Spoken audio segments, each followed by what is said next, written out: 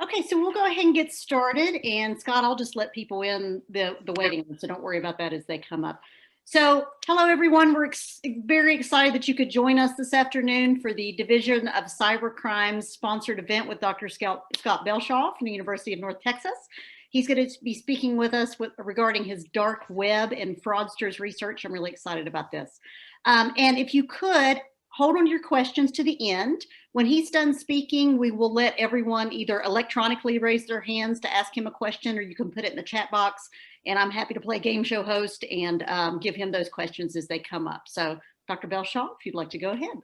All right. Well, thank you, Kathy. Thank you very much. I'll just be honest. I'm super excited to be here and talk to a community of scholars such as everybody here. And I'm excited to be able to, because we're so used to talking to on Zoom and talking to in classrooms where some of us are in classrooms, talking to undergrads, and we finally get to talk to our peers. And, I find that kind of refreshing sometimes so I'm super excited to be here and tell you a little bit about myself. I'm an associate professor at the University of North Texas. I am the director of our cyber forensics lab.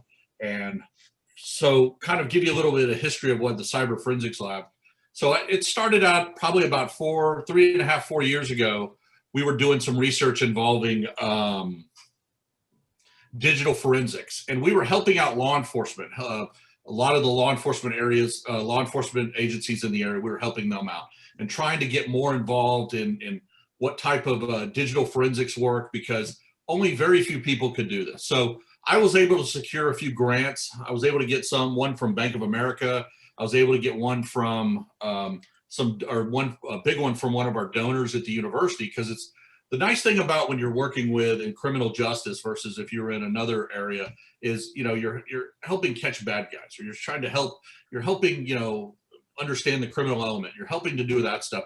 It's a much better sell than if you're going to write a poem or something of that nature. So I was able to secure a bunch of funding to be able to create this lab. And essentially what our lab does and what it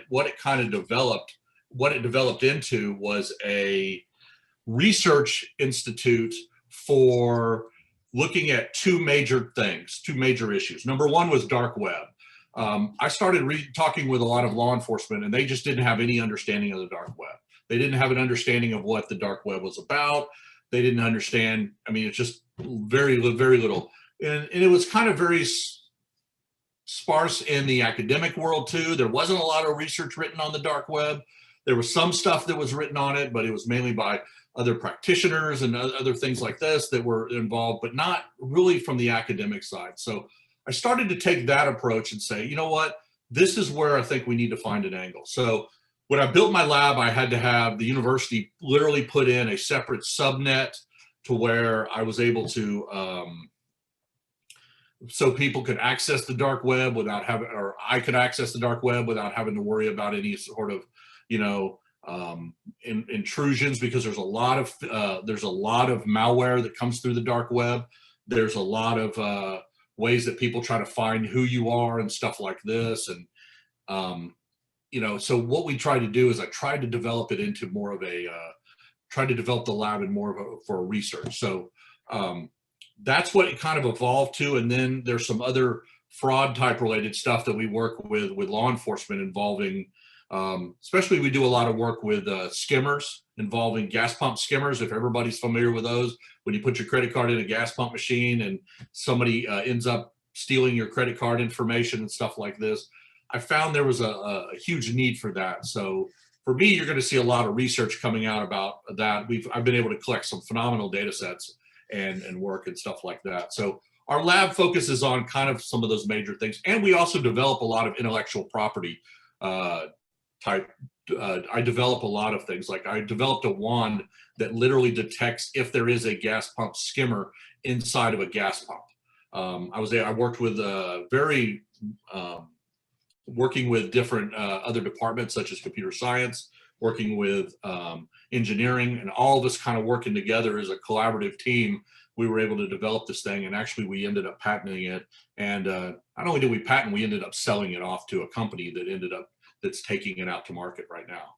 So a lot of excitement, a lot of things where cyber kind of turns into this whole very broadly, very broad definition. So I want to talk about today, kind of give you a little more background, is on the dark web, because I think this is a huge need in our field for research. I think this is a huge opening right now that we can really look into doing some research about who's on the dark web, because the dark web is essentially a criminal neighborhood that has never been looked at. You know, we look at neighborhoods, we look at issues of various correlates all the time. We look at race, we look at age, we look at gender, we look at all sorts of different things. But think of the dark web as like a neighborhood that nobody's really looked into. So that's what I did, and working with agencies like the DEA and the Department of Homeland Security, where they're unfamiliar with it as well. So from that, I want to kind of dive right in and kind of go over a few things about the dark web that maybe we can talk about. But I do want to do a shameless plug. Here's my book I wrote on the dark web. That essentially, it was just kind of a labor of love, where I sat down and literally wrote, talked about a lot of the research, talked about a lot of things in the dark web. Let me know if you're interested. I've also told Kathy that I've given her this PowerPoint. So if anybody wants a copy of this PowerPoint, you're welcome to have this PowerPoint. So feel free to be able to take it and do whatever you want with it. So shameless plug on my book. So, okay. So what is the dark web? Essentially, is the dark web is a privacy related area. It's an area of privacy that people go into in the internet and hide from other people. It's different than the surface web. We're used to being on the surface web like this. So you look at the surface web as the top part of the iceberg here, but below the waterline is really the deep and the dark web. And the way I talk about it here is more synonymous of dark and deep web is kind of the same thing. So what goes on down here? Why does it exist? And I'm going to talk about in a minute on how people get on it and stuff like this. But one thing I want you to understand is it's all based on privacy. It's all based on the privacy movement.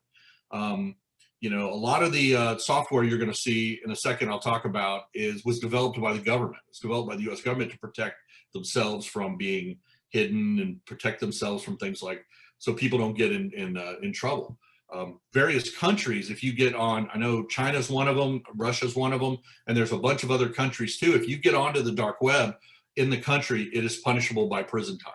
So the reason why is because people go to this area and communicate and talk with each other and swap things back and forth. Well, of course, as you know, it could be hacker information, it could be illegal porn, illegal information. And even on here where it talks about academic information, there is research on there that is essentially, let's just say it's research that has not gone through the IRB that people have done and put onto the dark web, which is kind of an interesting thing in itself. So there's been no review. It's just people who have done some sort of research and have put it down there to interact and talk with each other. So the internet in itself is this giant vast, but all we do, we're only using that top part up there. We're not using the bottom part. So what I'm trying to do illuminate is for us as academics to open up the idea that we need to look beyond that top part of the internet, because the bottom part down here is where all the criminal activity and stuff is going on. So kind of some differences here between the surface and the dark web. Again, the difference really is to access the dark web or the deep web. Again, I'm using those terms synonymously. You have to have a browser, there's one called Tor, called the Onion Router, and that was created by the U.S. Navy. The Navy created that as a way to be able to get on the internet and hide your IP address. You can access it. You can type in like on Google or something, the Onion Router, and it'll pull up the site. You can download it. It's not illegal. It's not anything like this, but it hides your IP address. But how does it do that? By pinging itself from multiple areas all over the world.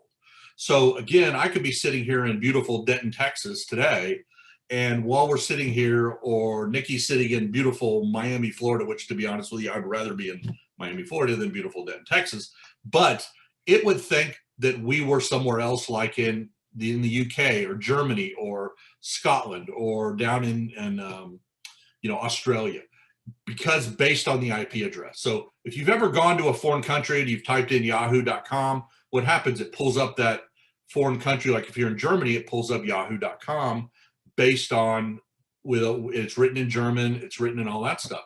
The reason why it does that, because it looks and finds your IP address and thinks that you're in that, and it goes, oh, that person's in Germany, so therefore that's why it does that. So that's kind of the interesting part when you're talking about how this works, is it hides your IP address. So in order to get on the dark web, you have to have that. So you can't give a URL or anything like that on the surface web. It won't take you to the dark web. So it kind of hides you. So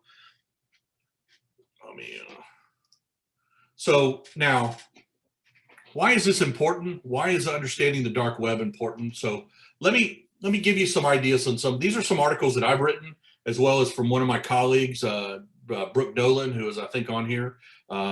We've written some articles trying to teach criminal justice faculty, you guys, that there really needs to be an understanding. We need to move into this. Like when policing first started out, it started out as this, it was pretty much, kind of a blue collar job. There didn't really need to have degrees in it. Why have degrees in this type of stuff? But then over a time, the evolution turned into this idea of, well, we need to start educating people in the criminal justice system. They need to understand more about how an offender behaves, things like this. So what we're doing here is trying to teach our colleagues the idea of investigating this criminal neighborhood.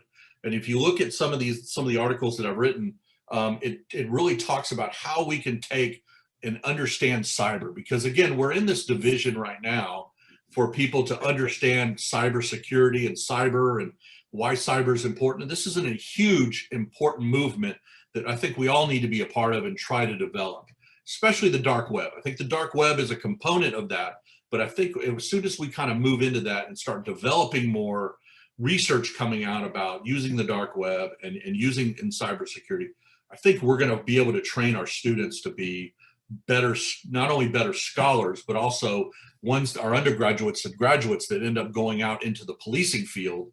They can start understanding a little bit more about how even something as simple as a cell phone becomes a piece of evidence, because a cell phone is evidence. When you find a murder case, what does the police department do? The police department will go to the first thing they do is grab the guy's phone and try to extract all the data from it.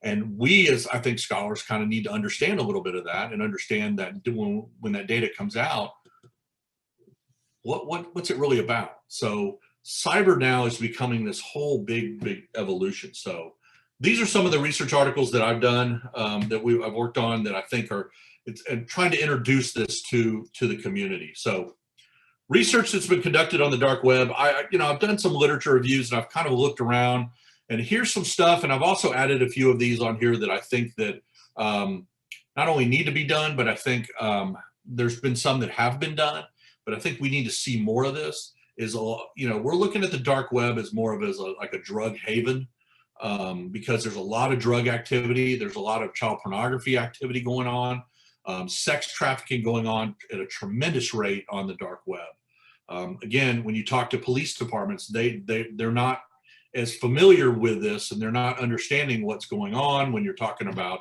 the dark web, because they're not familiar with how to get on it. The dark web forums. Now, I've been doing a lot of research lately on some of the forums. I created a little program. I wrote a little program that's able to scrape the dark web, and it goes to the forums and it takes out all the conversations that people are having in these forums. And what it does, I extract it out into a data set. And I've extracted it out into a data set and being able to look at what conversations they're looking at, things like that are going on, what type of victimization we're possibly seeing, things like that. And before I kind of get a little bit more into this, the one thing I will tell you is, if anybody is interested in any of this stuff, please reach out to me. I would love to collaborate. I'm a big collaborator and love to write with people on this type of stuff. I enjoy writing with my colleagues. I enjoy writing with people outside of my university. So if anybody is interested in this stuff and wants to start writing some articles, let's do it. Let's get into this. Some trust relationships in the dark web is another thing, because the way relationships work in the dark web versus the surface web is, in order to get on websites in the dark web, you have to, the person who runs the site has to be able to trust you. They have to know who you are. If they don't trust you, then they're not going to commit the transaction with you. So how does that trust happen? Well, trust happens by that person observing you committing a crime. So if you're buying and selling of drugs on their website, then they start to trust you because you've bought a lot of cocaine from them. Then they know, okay, this person is probably not a cop. But in reality, the police departments, the DEA, and all that stuff do engage in these transactions. So it's almost like you have to go undercover a lot. So now, when you're talking about drug cases, you're talking about drug sites. It's really about, when you're talking about criminal activity on there, it's about I call it the new Yelp. It's like, how do we know that a restaurant is bad? How do we know a restaurant? We can pull up Yelp and I can see a bunch of negative responses. What the dark web is turned into is this, for criminal activity, is being able to buy and sell drugs, but the drug dealer needs to have good reviews.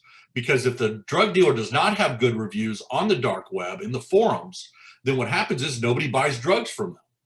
So what happens is, when they don't buy drugs from them, what happens? The business goes out.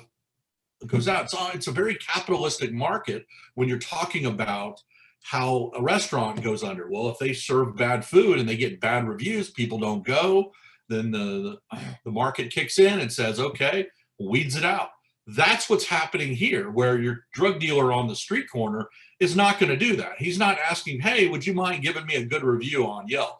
No, he's not going to do that, or they're not going to do that at all. It's about this idea of reviewing these criminal transactions and saying, you know what, I bought a large amount of cocaine from you, and I really it was good stuff, and I really appreciate it. This guy's the best cocaine dealer. That's what's happening, and that's how this new Yelp is, what I call it, for criminal activity. And then we're also seeing a lot of radicalization of white supremacy and terrorism on the dark web itself, in the forums, in the talks, back and forth, doing things like that. So we're seeing a lot of that stuff.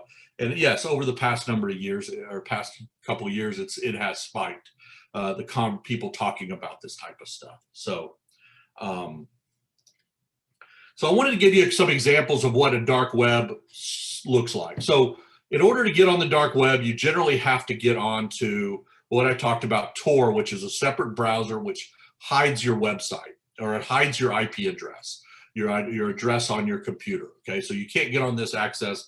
Most universities have blocks on this stuff. They're not going to allow you to access this stuff. But if you look up at the very top up here, you can see the URL, how it's written a lot different than a regular URL, like www.unt.edu or appalachianstate.edu, things like that. These are written a lot differently, because the difference here is the person who gets onto this site has to know where to go. Meaning, it's not advertised. You don't go to a Yahoo and type in, I want drugs, and pull it up. The dark web's not going to do that, because it's not categorized like the way that the surface web is. So here's an example of a site that we got on, that essentially these are blood diamonds that are being sold, as well as gold collected essentially by slaves. So you're seeing a lot of this stuff already happen over and overseas. A lot of this stuff happen. There's a lot of overseas stuff that goes on. Bitcoin, and that's how they pay for this. They pay it with a cryptocurrency. Now, I'm not an expert in cryptocurrency. That's not something I've really spent my time spending a lot of time studying. But cryptocurrency is a way, essentially, you can pay for things without having yourself declared out there, so people can know who you are.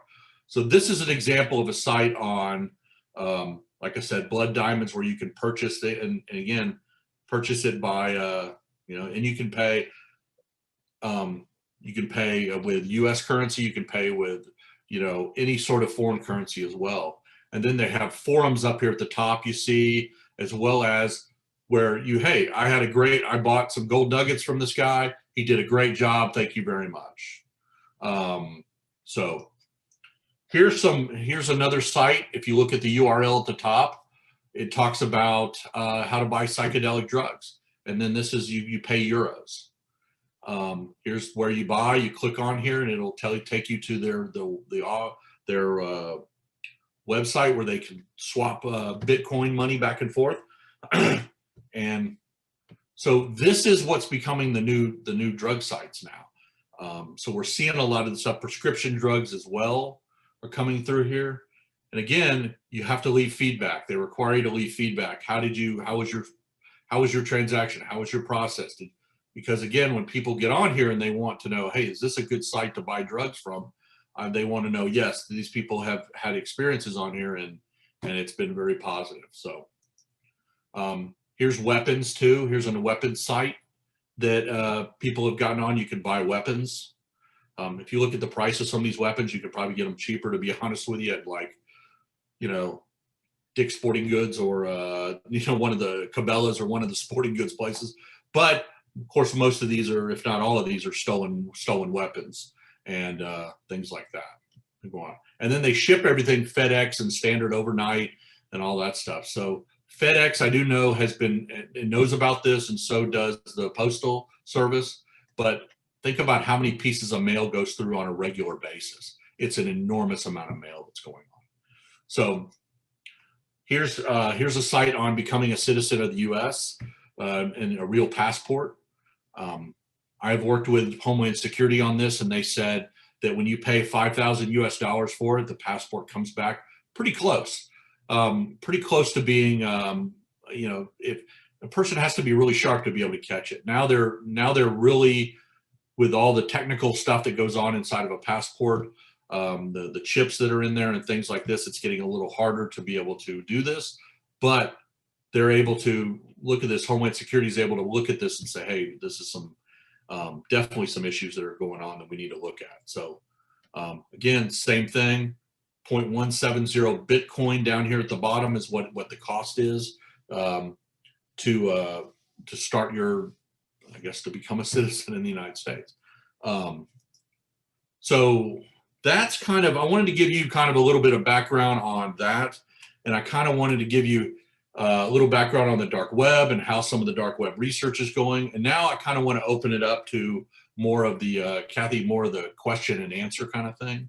I wanted you guys to kind of see a little bit about what we do and at in the cyber forensics lab and all the stuff we develop. And we've been able to develop a bunch of some wonderful data sets from the dark web and pull it off. But again, I'm just like you guys. I lack ideas sometimes. So more ideas from you guys would be awesome, and how we can really kind of put this together and put some good literature out there. So we'll go ahead and open it up for questions. If anyone would like to raise their hand, I can, call on you, or you can go ahead and speak out, or you can put your question in the chat box. So however you'd like to proceed.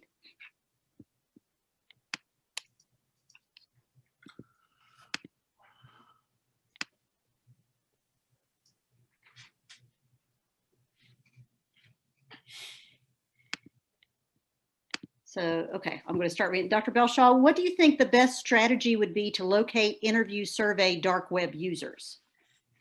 Oh, that's awesome. That would be in the forums themselves. Mm-hmm. There's been a few articles that have been written, a few from computer scientists that have been interviewing people inside of the dark web, and that can be done. You just need to make sure that you have a system that is very secure that you can do that, but you can do surveys inside there, surveys of interviewing people who go through.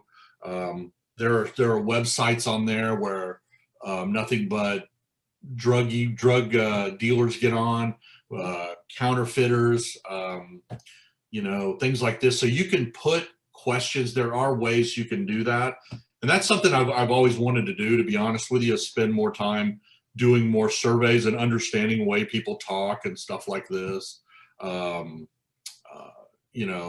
Understanding how people interact inside the dark web, especially with the forums too.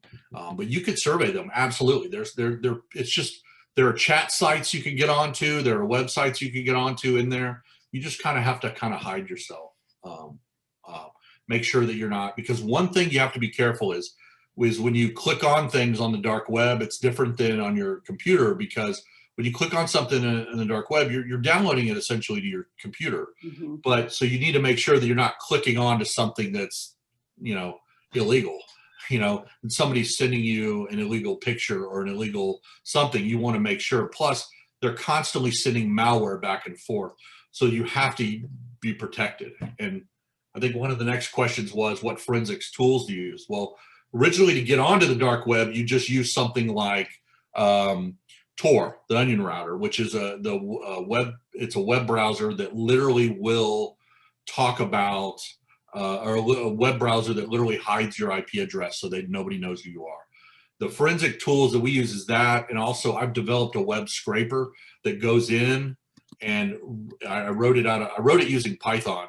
And what it does is it goes in and it reads all the forums, and it pulls all the back channel information from the web browsers or from the forums and just dumps it into a giant data set. So we've been doing a lot of work like that. Scott, you've got Rachel McNeely has her hand up for a question. And okay, shoot. Yeah, Rachel. Yeah, hi. Sorry, my question is probably easier to articulate than type out.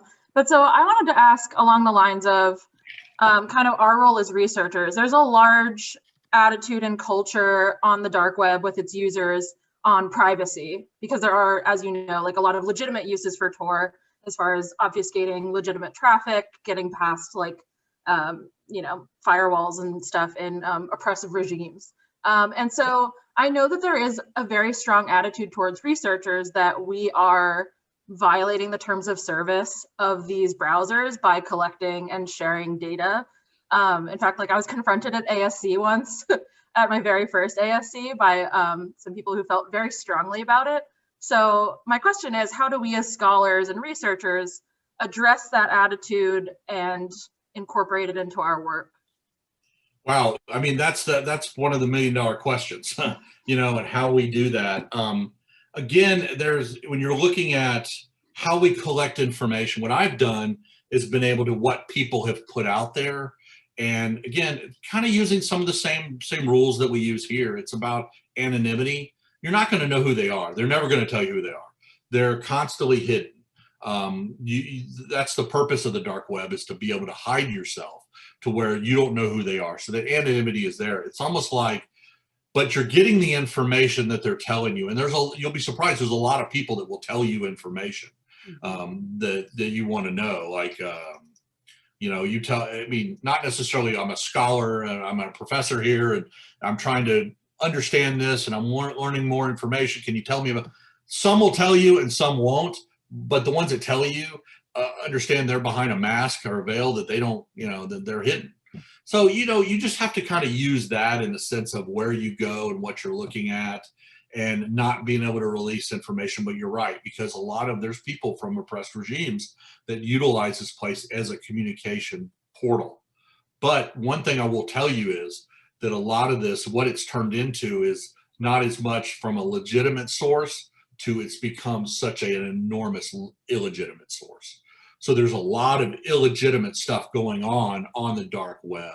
So utilizing some of that is what I would do in the sense of trying to protect privacies and things like this. You're right, absolutely. There are things that we have to think about. And these are new challenges that we haven't been confronted with in a long, ever. And that's the beauty of it. We're kind of exploring this world together and going, hey, we're confronting this and going, IRB challenges and dealing with things like that, or dealing with things like privacy issues and stuff like this. So yeah, those are challenges that we're still trying to have to meet head on each time. So that was a great question. That was an awesome question. Scott, Chris Brewer asked, do you have your own SQL server that you store your data from the HPI scraper that you have, or he's just curious, how do you store data? I store data. Yes, I have my own server that I had to get literally created and developed and had the IT department at our university develop a subnet that built so nothing goes through the university's internet. So it's a whole different sub. And yes, I save it onto a network or save it onto a private network that's within my lab itself, and a private server that I have physical access to. and stuff like that. So I know all the data that's coming onto that. So yes, so yeah, absolutely, that's a great question too. So. So our next question, we've got several, which is great. Dr. Choi asked, have you ever used Hunchily? I'm not sure if I'm pronouncing that correctly, but. I have not. I have not used it. There's a few of them out there that you could, softwares that are out there. I've just been, with the ones that I've developed in regards to my research, I've kind of written some of the, like with the scrapers I've written myself. And when it comes to just accessing the net, Tor, you have to be careful on Tor a little bit. There's some hidden issues. So I have to be careful on when I get to certain areas that I have to know what's going on in the backside, because if I don't know what's going on in the back, then I could be compromising myself or could be compromising my IP address or anything like that. So yes, but no, I have not used that. I will definitely check that out. Frank Plunkett asked, considering the security and malware issues, would you recommend using a dedicated clean machine for Tor dark web browsing? Absolutely, that's what I do. That's what I have built in my lab, is a dedicated Tor dark web machine that deals with all that stuff. And I even use I have it all. It's a clean machine that has no access to anything, because that's when I'm trying to collect that data. Now, if I extract the data, put it into like an Excel spreadsheet, and I'm able to look at it, then I can transfer that after I've run malware over and over again, make sure that it's clean, then I can transfer it to maybe another computer, or in that sense, but I know what it is. A lot of times I'll use what we call a virtual machine, which is a computer within a computer, and I'll have it inside that, and I'll be working on. So if for some reason I get infected, the virtual machine, I can just delete the virtual machine out of the way, and it won't. It's like a software that thinks it's a computer. So kind of neat. So.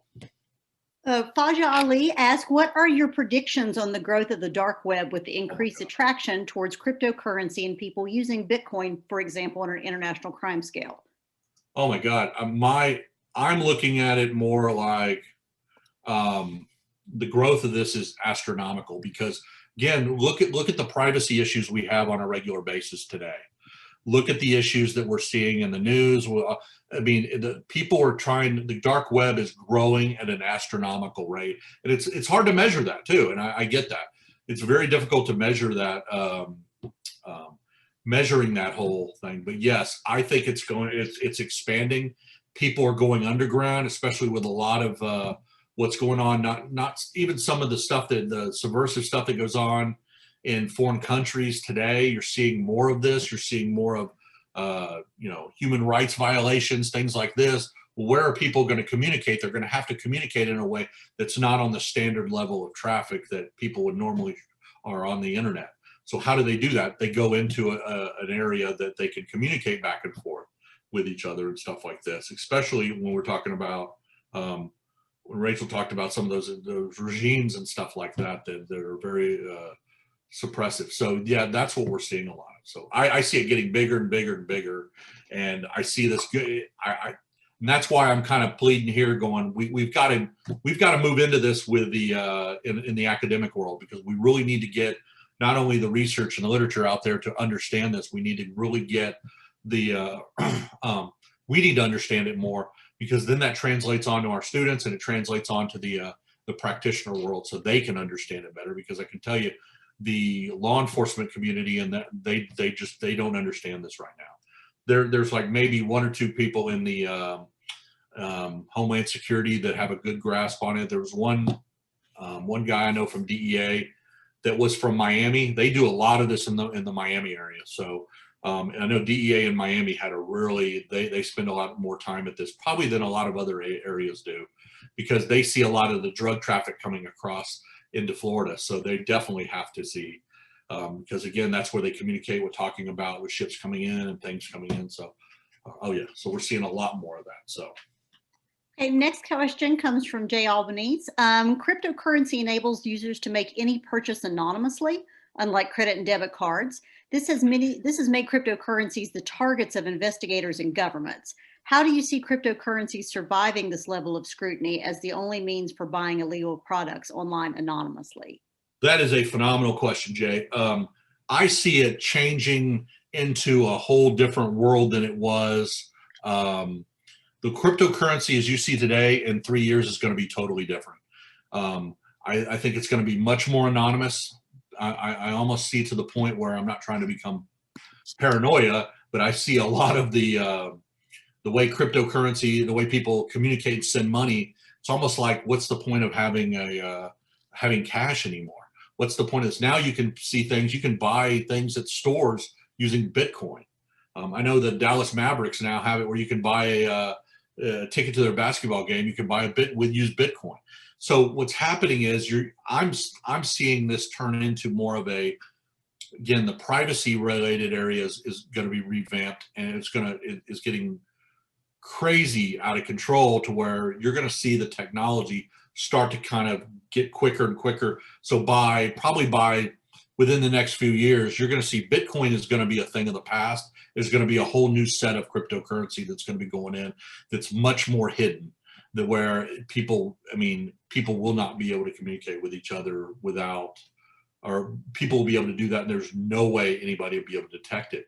And that's the thing that the law enforcement's having trouble with, is they're not being able to detect this stuff. They can't, if people pay with this, they just don't get it. So I see this thing, I see this as just going out of control within the next few years, because people are constantly building ways. What's the best way I can hide myself from this? What's the best way I can do that? And that's what they're doing. And the criminals are thinking about this too. The criminals are, how can I hide myself in a much better way? So great question. Awesome. Next question from Art Bowker. What steps and recommendations do you suggest to avoid accessing sites where child porn, which is illegal into view in many jurisdictions? So if you're accessing the dark web and you get on through Tor and you've kind of protected yourself and you followed all the rules that you're supposed to, and that stuff is, the best thing to do is watch the links you click onto. Clicking on links like you're on the surface web is different than clicking on links on the dark web. Most of the dark web is written in what we call a wiki format, which is just standard letters and numbers and stuff. It's not written in the way like a lot of HTML and stuff like that you see on regular surface sites. So really it's about the where you click.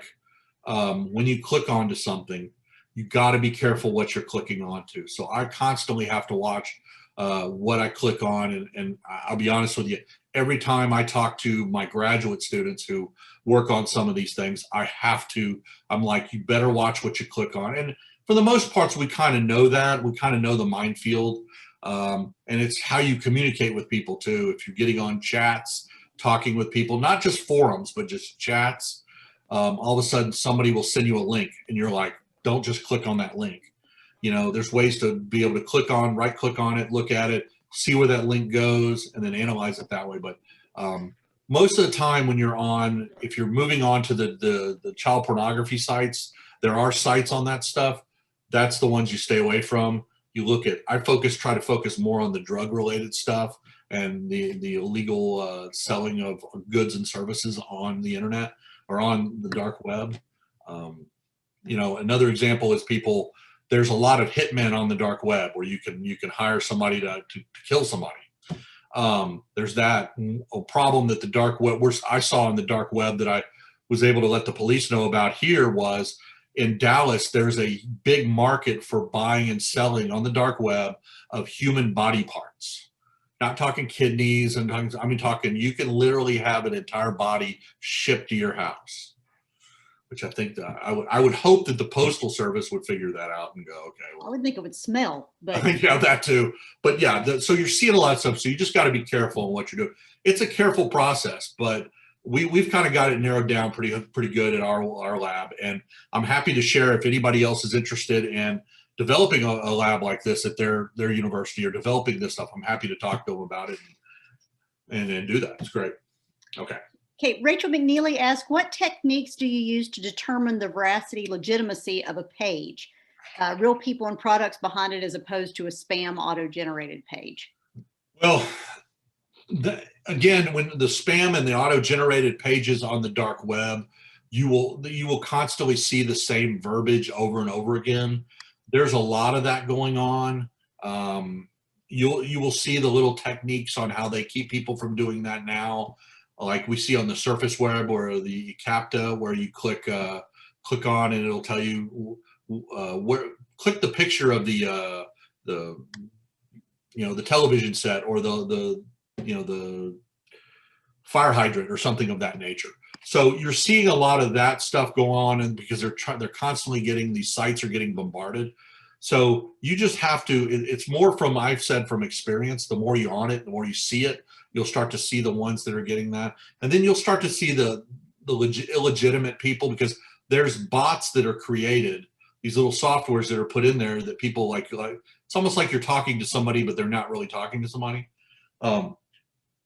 You can, when you're communicating with somebody on the dark web, you can find things like that are hidden.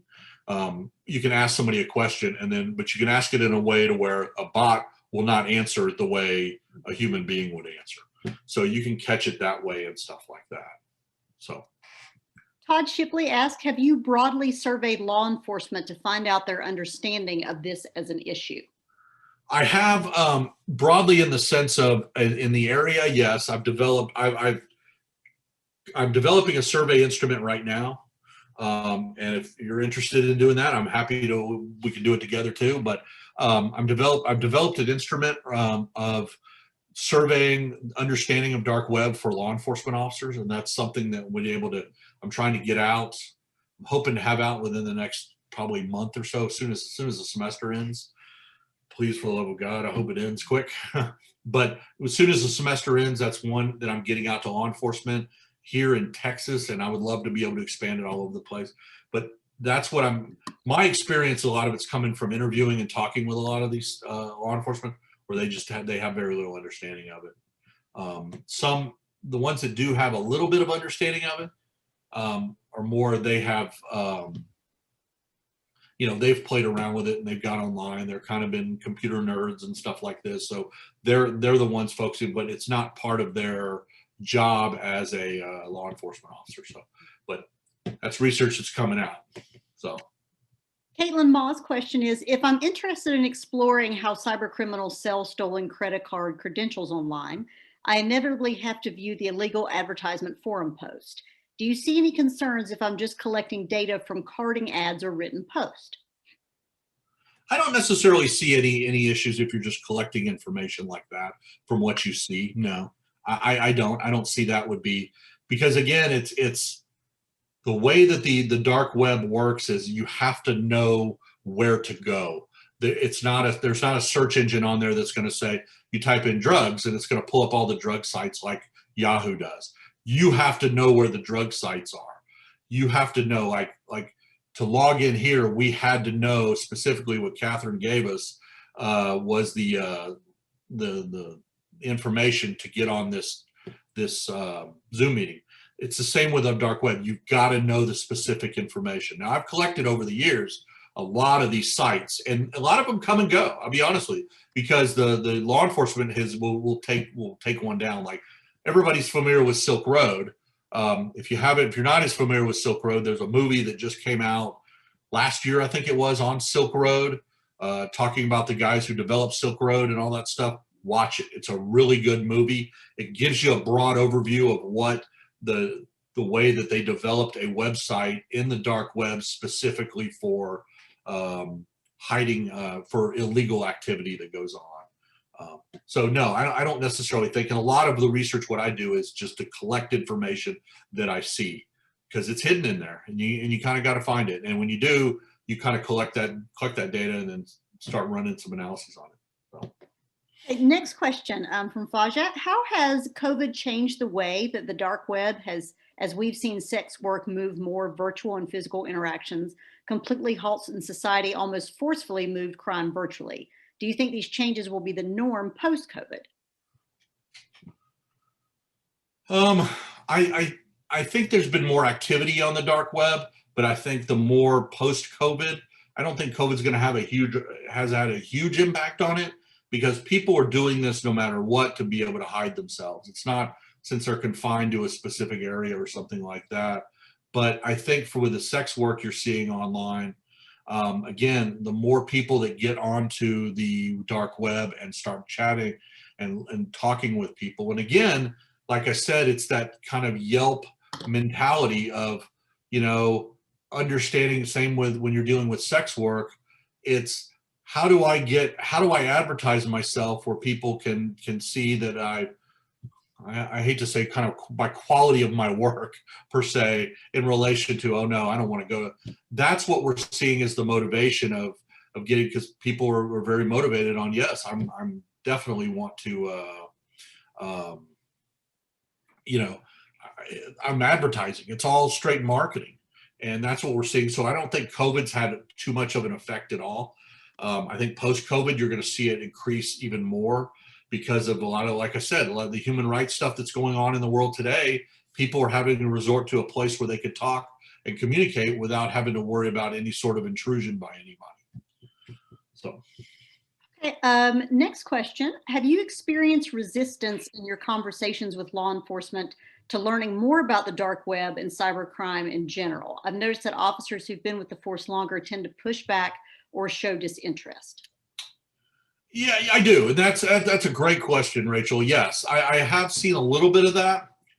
But what happens is it's more out of lack of a better word, kind of ignorance. You know, the old school guys kind of think the old school way of doing law enforcement. That's fine. That's the way they do it. The newer, younger guys coming in see the understanding more of how technology has changed the law enforcement realm. Like I said earlier, this is this phone here is a piece of evidence, and that's the first thing people go after. Is they look at that evidence. They want to know what's on the phone. If I find a dead body laying there and I see the phone there, the first thing the police officer's going to do is grab that phone and go, we need to extract this data, because there's a wealth of information, GPS information, last contacts, people who they deal with. So you're starting to see a lot of that. The newer officers, younger officers that are coming in, old school officers are coming around because they're starting to see it's like, you know, this is part of my investigative tactic. I have to investigate this. I have to look at this stuff. So, yeah. Does anyone else have any questions? That's all that's in the chat box. Well, I think I see Chris Brewer asked a question about the Silk Road information. Yeah, yeah, Frank, thanks for putting that in there. That's awesome. It's a really good movie. I would definitely check it out. Talks about the guys who created it and how they created the Silk Road, and when they created it, it was taken down by law enforcement, by the DEA, because it was an area where people would communicate with each other. And again, if people are going to buy and sell illegal drugs anyway, why not, or sell illegal anything? It doesn't matter, drugs, it could be guns, it could be whatever. Sex trafficking, all sorts of stuff. It's in a way that it's where, so if I'm buying drugs from somebody, is it a safe way? Their logic was, they want to find a way where if there's enough people talking about it saying, hey, this guy's legitimate, then it would be like, this is a legitimate source. Crazy as that sounds, again, kind of like your restaurants, that's what it's moving towards. And that's what I think we need to spend more time understanding, especially the trust, developing that trust relationships within the dark web too, and talking with everybody. So, yeah. Oh, okay, hold on, we got another question. Sorry, my chat box, there we go. Chris asked, what advice do you have for academics or researchers who want to begin researching the dark web? Apart from collaborations, would a researcher absolutely need a dedicated server to collect primary data in order to do it safely? A couple of things I would recommend. Number one, reach out to me, and I'm happy to sit down and talk to you more about that. I'm happy to talk more about how to do that. Not necessarily. There's ways to do it where you can protect. Plus, there's some data sets out there, and I've got some data sets too that you can use. You guys can take a look at. I'm happy to let you guys look at those data sets and look and start those collaborations. You know, you can talk to your IT department and say, look, I want to do dark web research. And I assure you, your IT department at your university will know exactly what you're talking about. And they'll know how to kind of have a dedicated computer set up for that. And again, it's not necessarily, it's just, you can get onto the dark web by using just the Onion router, which is the Tor browser, and get on there and then start looking around. There's nothing wrong. It's just, you got to be careful the more you start getting into the certain illegal sites and stuff like this, that you don't want to be clicking on, watching the links you click on. You got to be careful of all that stuff. So I think, so yeah, so there's a lot of different ways to get into it, but I'm happy to help out. Let's do this. Let's collaborate together. That's what we're here to do. Todd asked, what are you using from your Tor crawler? Well, I guess from the crawler that the crawler that I use is one that I wrote that actually goes through forums and extracts data from the forums. It's my own that I wrote that kind of looks through, goes through that. So, but I have to do it via Tor. So I have to pull it up via Tor. There's ones out there you can find that'll do this for you. I'll be honest with you, I don't trust a lot of them. So that's why I kind of wrote my own. I have a little bit of a background in computer science, plus in the last 4 years, I've learned a lot by some really smart students and really smart faculty that I work with that have been able to tell me, this is the information, this is where you do it, this is how you do it. So I've been super fortunate enough to be able to do that, and be able to extract data sets after data sets on certain things. Looking at primary sites, or looking at specifically people's names, like this handle, this person's moniker that they have up there that says that this is, Silsby 1435 has been very active in talking about drug operations. Let's find out more about this person. And then I can search through the internet, or search through the dark web, and look for if that person gives up a web or email address somewhere. And if they do, now I've got a contact where I can talk with them.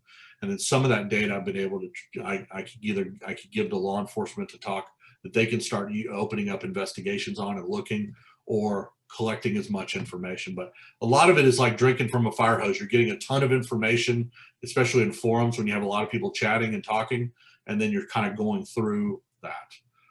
It's the same thing like when you're using digital forensics. It's like, go look at, if I get a phone from somebody, or a phone from somebody who has been on a, say a 16-year-old teenager, who I get their phone because we're examining, law enforcement wants to look at the text messages. How many text messages do you think I'm going to go through in a matter of a month? A lot of text messages, hundreds and thousands of text messages that the kids will do on a regular basis. So when we're looking through stuff like that, it's the same thing here. You're getting a ton of conversations. So we're looking for specific types of conversations they're talking about. It could be drugs, it could be political issues, it could be sexual related, it could be all sorts of crazy stuff. So it's exciting stuff. It really is. It's exciting stuff to kind of learn more about. And I ask anybody out there, please, the more you want to learn about it, please reach out, let me know. Check out my book if you get a chance. Take a look at it. I kind of I really wrote a roadmap on an easy way to get in there and walk how to get on the internet and stuff like that, or how to get on the dark web and stuff like this. And I teach a graduate cyber a dark web class that the students just love. I mean, they love it. They, and then now I've got it set up to where I can do the Zoom call by talking to the students here, or not only here at, of course, my house here, because I can access it here because I have my computer set up here, but also in my lab, I can have students see on the dark web what we're doing and stuff like this. And I can walk them through that without them having to worry about, oh my God, do I have to get in? I don't want to get on my computer and do this stuff. No, I can do it all right there.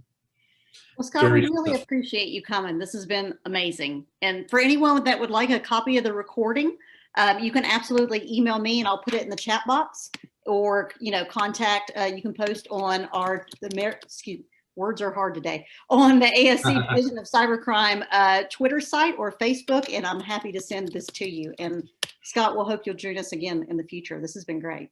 I'm glad to be here. I'm glad to be able to, like I said, talk to a community of scholars here, and the wonderful work that you guys do, And I think we can really take this whole, I think we all want the world to understand that cyber is a very broadly based, broadly painted stroke that we really need to get involved and do more research in this stuff. And bringing cyber programs to criminal justice programs, I think, is important because it's not about computer science. You think about it's all computer science. It's not computer science. This is really about, think about what's going on. This criminal activity is going on.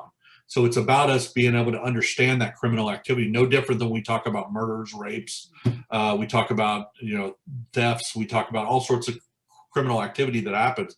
This is an area where a lot of criminal activity goes on that I think we need to really take a look at. So I'm here to help. This is my life's work. So if anybody's interested, please drop me an email, let me know, and I'm happy to help. Thank you, Scott. Thank you.